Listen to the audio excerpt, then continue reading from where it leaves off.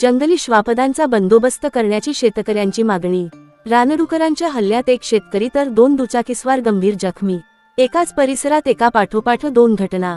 आपण पाहत आहेत बहुजन इंडिया न्यूज टुडे। चला तर पाहूया आजच्या ताज्या बातम्या। बातमी अंजनगाव सुर्जी तालुक्यातील दहिगाव शेत शिवारात रानडुकरांच्या हल्ल्यात एका पाठोपाठ 2 वेगवेगळ्या ठिकाणी झालेल्या घटनेत 3 युवक गंभीर जखमी झाल्याने परिसरात एकच खळबळ उडाली आहे।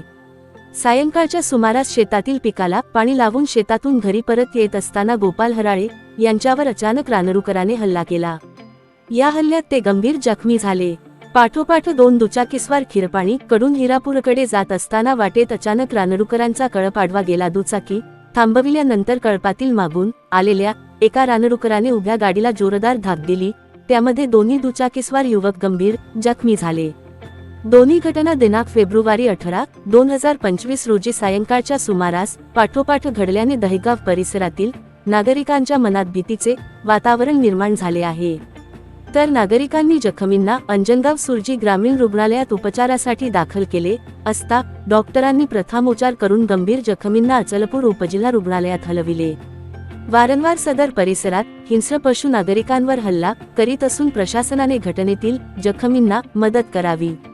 तसेच वीज महामंडळाकडून शेतीकरिता रात्री वीज प्रवाह बंद न करता दिवसा वीज प्रवाह शेतकऱ्यांना उपलब्ध करून द्यावी अशी ओरड नागरिकांकडून केली जात आहे।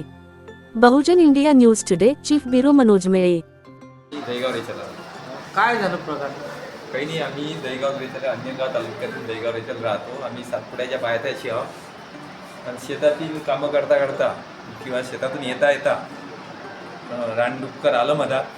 त्या रानडुकरांना धडक मारली आणि घोळसलं। हे शेतात काम करण्यासाठी गेले होते? हा, पाणी ओलासाठी गेले। पाणी वरसाठी काय आणखी काय वन्य प्राण्यात असं खूप आहे, रानडुक्कर आहे, नीलगाई आहे, त्याच्यानंतर आसोला आहे, बऱ्याच प्राण्याचा आमच्या इकडे खूपच त्रास आहे। काय फॉरेस्ट विभागाला काय मागणी राहील? फॉरेस्ट विभाग याच्या इकडे काहीच लक्ष देत नाही।